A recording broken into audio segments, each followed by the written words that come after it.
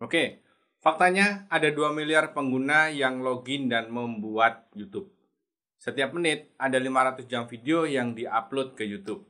Setiap hari ada lebih dari 1 miliar jam yang ditonton oleh orang di seluruh dunia. Dan 80% penonton di YouTube itu bilang mereka nonton video untuk mempelajari atau meningkatkan keterampilan yang mereka nikmati. Mereka menonton YouTube untuk belajar. Simak terus.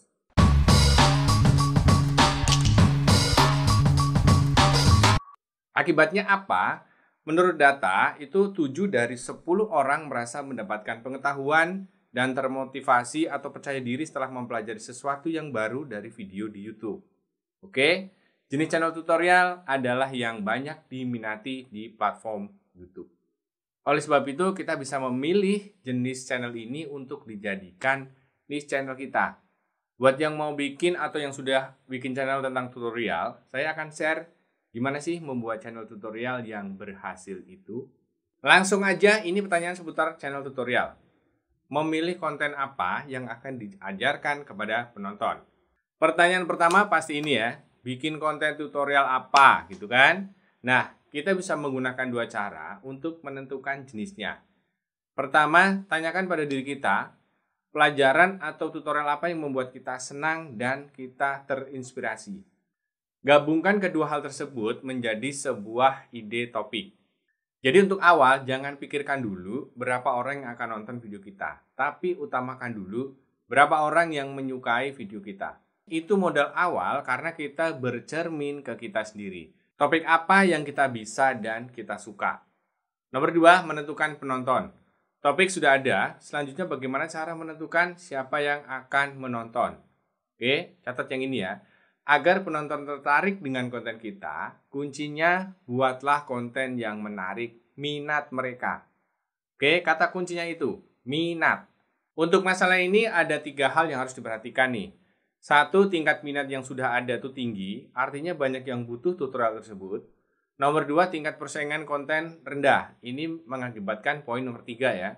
Penonton channel kita sudah menunggu. Sekarang gimana caranya mengetahui itu semua? Untuk mencari yang tingkat minatnya sudah ada itu tinggi, bisa pakai Google Trend.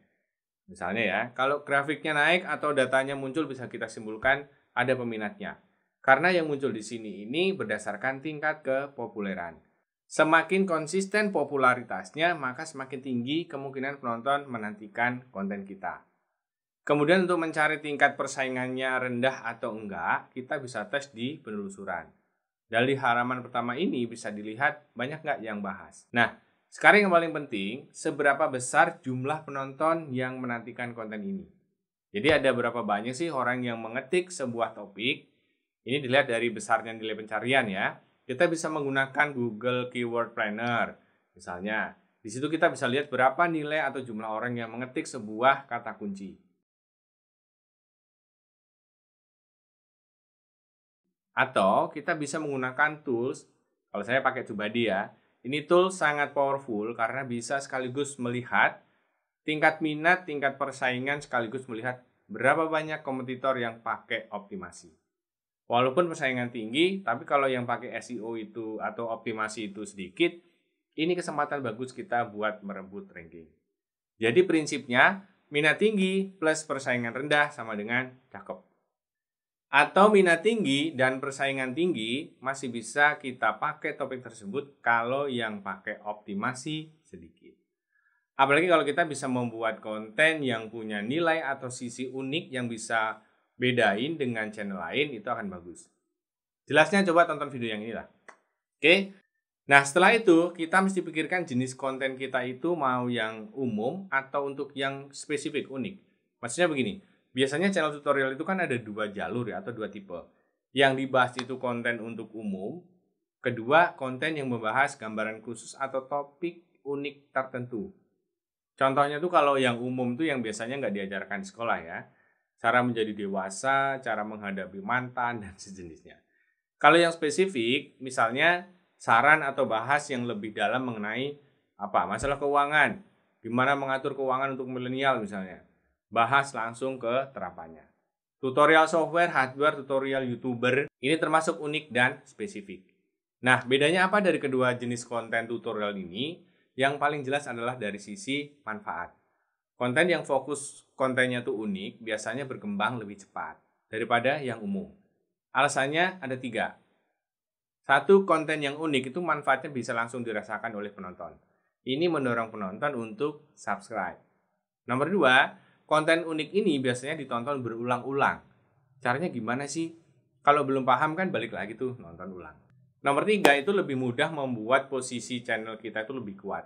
Juga memungkinkan untuk lebih sering di-share ke ceruk atau ke niche tertentu. Dengan hal seperti ini tentunya akan lebih banyak rekomendasi dan membuat channel lebih cepat berkembang. Oke? Nah, setelah itu coba pikirkan seperti apa format yang cocok untuk konten tutorial. Ya, walaupun sebenarnya itu hampir semua format itu cocok ya. Paling enggak ini bisa menjadi inspirasi kira-kira mau pakai model yang mana. Saya akan bahas kelebihan dan kekurangannya dari berbagai contoh format yang akan saya jabarkan berikut ini. Oke? Tolong disimak ya. Nomor 1, kalian bisa memilih tutorial dengan format animasi. Kelebihannya bisa menggunakan visual yang nggak memungkinkan di format lain. Ya, pembelajaran tentang ayam bertelur, orang naik ke ruang angkasa itu kan, apapun bisa dibuat kalau menggunakan animasi. Kekurangannya, perlu keahlian teknis dan artistik yang sangat spesifik, yaitu membuat animasi. Selain itu, prosesnya juga akan lebih lama.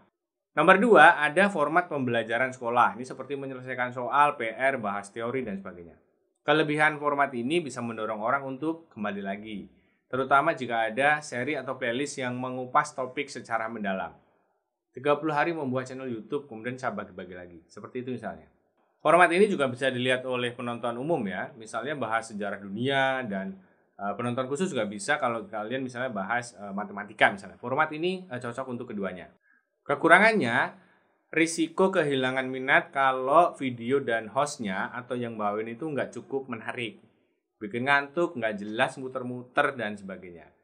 Juga persiapannya biasanya memakan waktu karena harus riset, nyiapin materi, dan sebagainya. Channel ini saat riset dan persiapan materi juga lumayan lama. Oke? Nomor 3 itu format how to.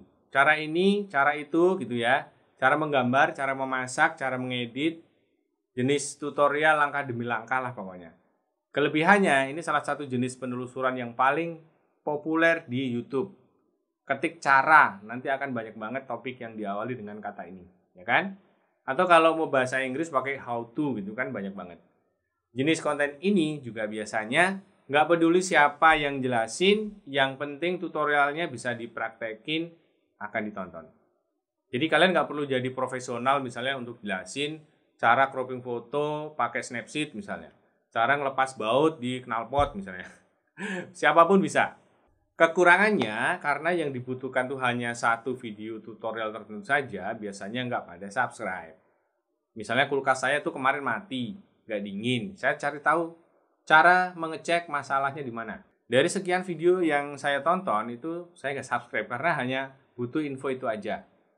Kalau nggak pinter riset dan bikin videonya unik, agak susah untuk dapat ranking. Karena jenis tutorial macam ini dapat viewernya biasanya dari pencarian. Penyebab kulkas nggak dingin gitu ya. Kalau nggak pakai SEO, akan susah dapat penonton. Selanjutnya, ini jenis model yang saya pilih, format ceramah. Monolog ini ya. Oke, apa kelebihan dari jenis ini? Ini jenis yang paling populer di YouTube. Biasanya juga di-share lintas platform. Misalnya saya juga bisa upload tutorial ini ke Facebook misalnya. Dan serunya, jenis ini salah satu konten yang paling berpengaruh terhadap pola pikir penonton. Karena format ini, kita seakan bisa interaksi langsung. Dari manusia ke manusia itu biasanya pengaruhnya kuat. Kekurangannya, format ini berkaitan erat dengan brand atau personal yang sudah ngetop itulah. Kalau sudah terkenal biasanya lebih mudah. Sebaliknya, kalau kita mulai dari nol, lebih sulit untuk mengembangkan channel atau brand karena persaingan. Ini yang saya alami. Butuh perjuangan untuk bisa diterima oleh kalian semua. Biasanya penonton tuh menuntut pembuktian ya, atau ada latar belakang yang jelas lah terhadap kreatornya. Bisa dari pengalaman, pendidikan akademis, karena yang disampaikan mengangkat satu topik yang ada landasan teorinya. Oke, ada lagi format isai. Kalau ini jenis kontennya tidak fokus pada host atau kreatornya, tapi lebih ke isi cerita dan audiovisual pun bisa bermacam-macam. Penontonnya pun lebih terbuka terhadap kreatornya. Selama kualitas konten dan tampilannya itu konsisten, contohnya Bright Set, calon sarjana gitu ya, itu semacam itu. Kekurangannya karena kontennya itu biasanya video esai yang mengumpulkan momen, ide budaya, seni, ada risiko masalah hak cipta. Calon sarjana kesuspend juga karena masalah ini. Proses pembuatan videonya juga lumayan berat, mirip dengan animasi gitu ya, karena butuh aneka tampilan, transisi, infografis, narator, dan sebagainya.